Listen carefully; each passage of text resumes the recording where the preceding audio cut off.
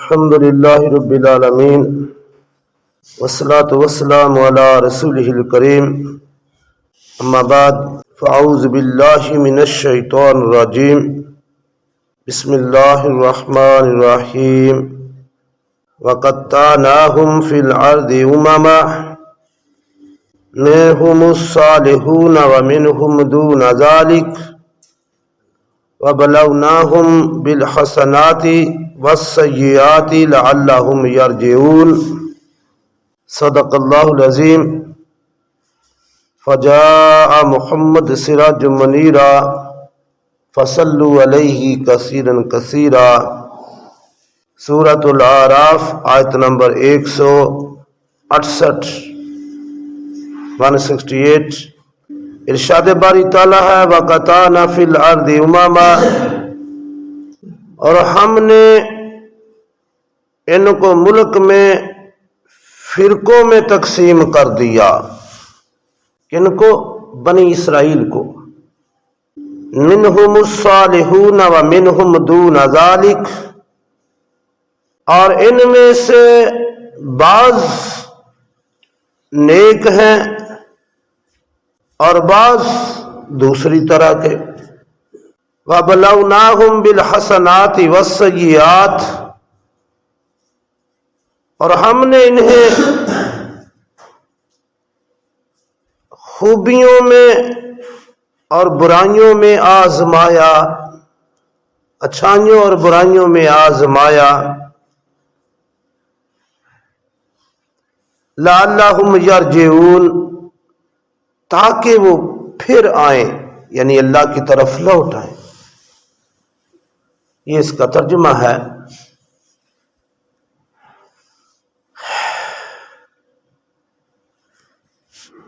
پچھلی آیت کے اندر گزرا کہ اللہ نے انہیں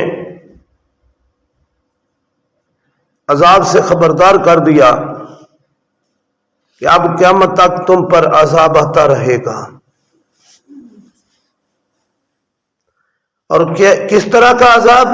اللہ نے اس عذاب کی نوعیت بھی بتا دی کہ تم پر ایسے لوگ مسلط کرتا رہوں گا جو تمہیں عذاب دیتے رہیں۔ دور اسلام کو ہی اگر دیکھ لیا جائے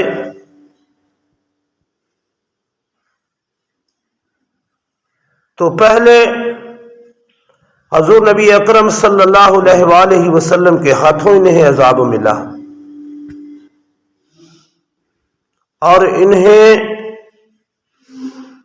عرب سے نکال دیا گیا، خصوصی طور پر سعودی عرب اور حرمین شریفین اور اس کے گرد و نواح کے علاقوں سے۔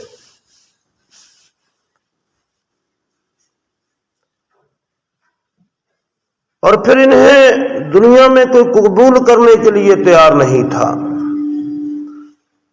یہ دنیا میں مختلف ملکوں میں جا کر مختلف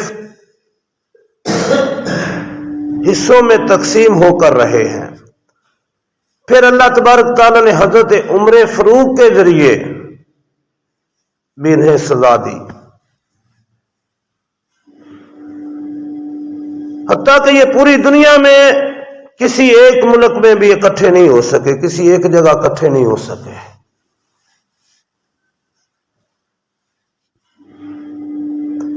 ان کی وہ اجتماعیت جو تھی وہ ختم کر دی گئی۔ یہ بڑا نقطہ ایک سمجھنے والا ہے مسلمانوں کے لیے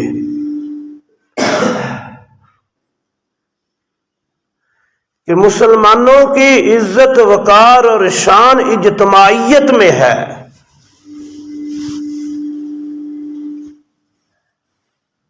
یہ باجماعت نماز کیا ہے؟ یہ اجتماع ہے، یہ تربیت ہے پہلے یونٹ سے کہ تمہارا ذہن اجتماعیت کی طرف جانا چاہیے، فرقہ پرستی کی طرف نہیں جانا چاہیے،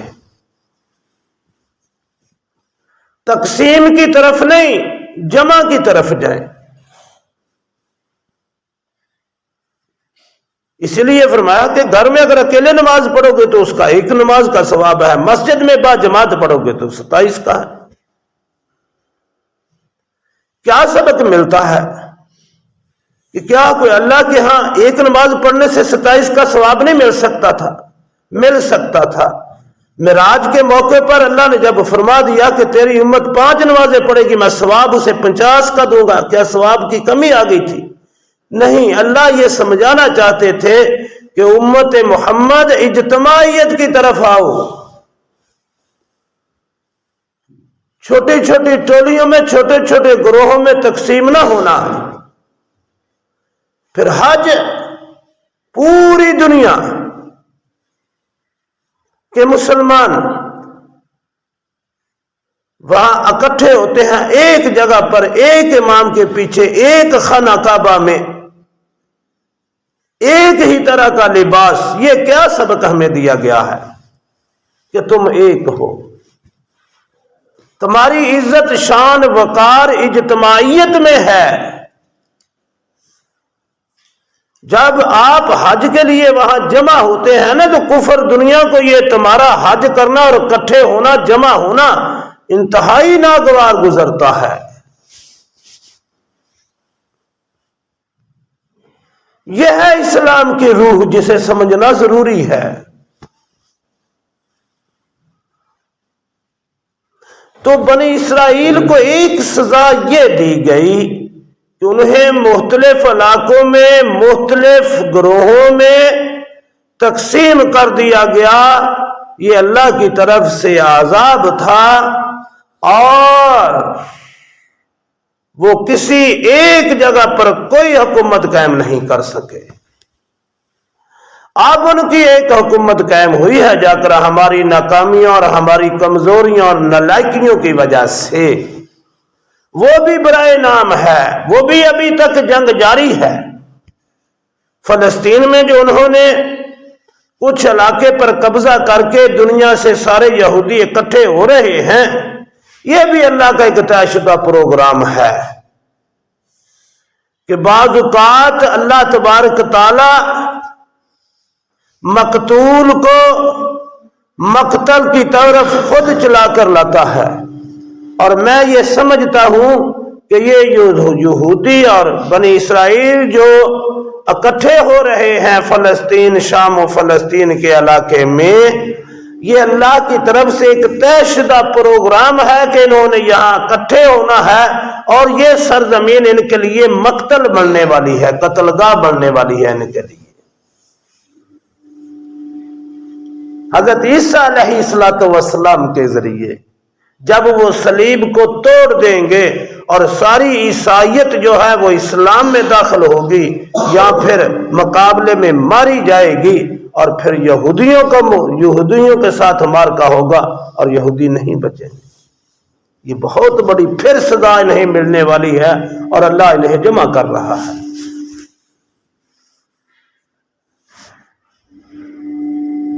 تو اس میں ہمارے لیے بھی ایک سبق ہے نا۔ جب ہماری اجتماعیت تھی، ہم نے مسلمانوں کو، اپنے آپ کو مختلف علاقوں میں تقسیم کر لیا، مختلف فرقوں میں تقسیم کر لیا، تو پھر ہماری اجتماعیت ختم ہو گئی، اور پھر ذلت ہم پر بھی مسلط ہوئی ہے۔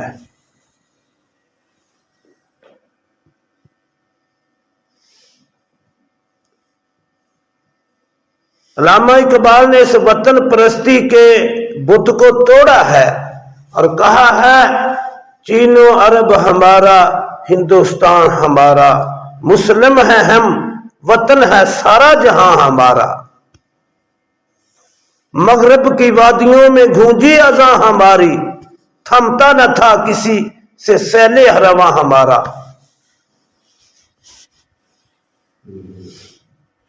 علامہ اقبال کے فلسفے کو بھی سمجھنے کی ضرورت ہے۔ جو بات بڑوں بڑوں کو سمجھ میں نہ آئی، وہ اقبال کو سمجھ لگ گئی۔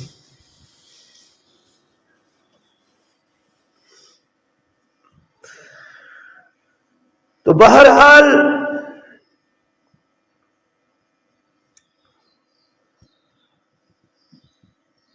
یہ اللہ کا کلام ہے، اس کی ایک ایک آیت میں بڑا درس ہے ہمارے لیے۔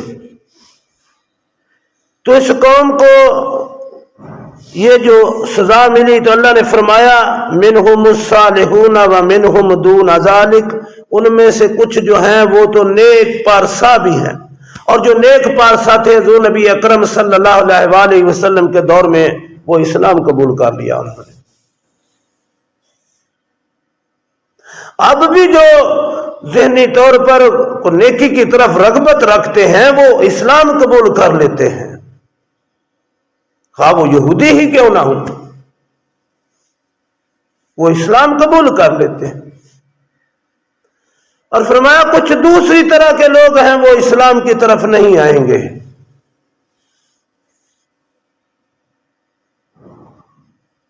تو اللہ نے فرمایا وَبَلَوْنَاهُمْ بِالْحَسَنَاتِ وَالسَّيِّئَاتِ، ہم نے انہیں اچھائیوں اور برائیوں کے ذریعے آزمایا، کبھی اچھے دن کبھی برے دن،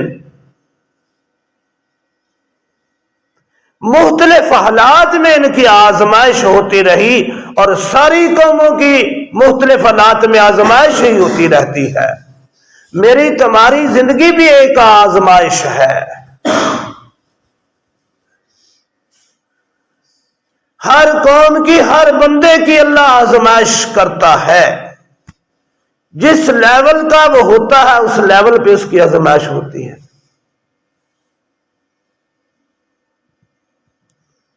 اور یہ آزمائش کس لیے آتی ہے؟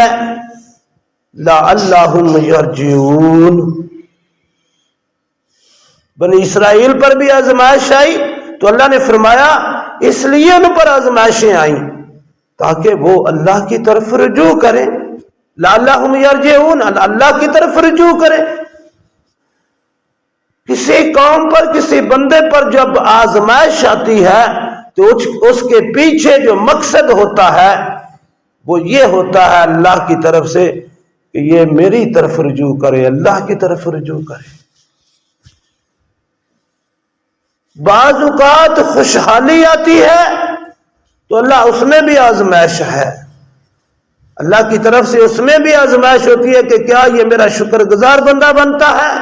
بعض اوقات غربت کے دن آتے ہیں تو پھر بھی آزمائش ہوتی ہے کہ مجھ سے گلے شکوے شروع کر دیتا ہے یا میرا شکر صبر کر کے رہتا ہے۔ ہر طرح سے آزمائش ہے، صحت بھی آزمائش ہے، بیماری بھی آزمائش ہے، جوانی بھی آزمائش ہے، بڑھاپا بھی آزمائش ہے، زندگی بھی آزمائش ہے اور موت بھی آزمائش ہے۔ ہر طرح سے آزمائش ہے، ہر طرح سے۔ اور ساری آزمائشیں کس لیے ہیں؟ موت بھی اس لیے ہے کہ موت کو دیکھ کر بندہ اللہ کی طرف رجوع کرے۔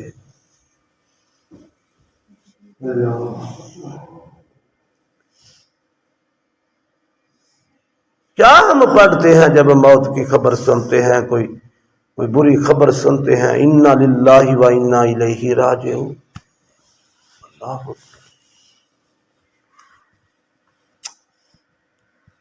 اللہ رب العالمین کوئی بڑی آزمائشوں میں نہ ڈالے، ہم اس قابل نہیں ہیں۔ اللہ اپنے فضل و کرم والا معاملہ فرمائے اور ہم سب کو معاف فرمائے، اور دنیا اور آخرت دونوں جہانوں میں ہمیں کامیابی عطا فرمائے۔ وما علینا الا البلاغ۔